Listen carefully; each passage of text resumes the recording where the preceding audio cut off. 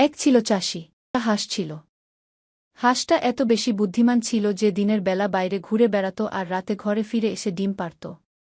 তবে হাঁসটার একটা বড় সমস্যা ছিল, সে প্রচণ্ড অলস ছিল।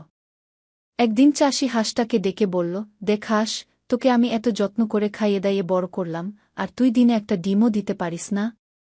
তোর মতো অলস হাঁস আমি আর দেখিনি। হাঁসটা কুড়েমি করে ঘাড় বাঁকিয়ে বলল, আহা মালিক, আপনি বোঝেন না কেন? দিনে ডিম দিলে সেগুলো তো রোদেই সেদ্ধ হয়ে যাবে। রাতে ডিম পাড়ি যাতে সেগুলো ঠান্ডা থাকে, সকালে আপনি টাটকা পান।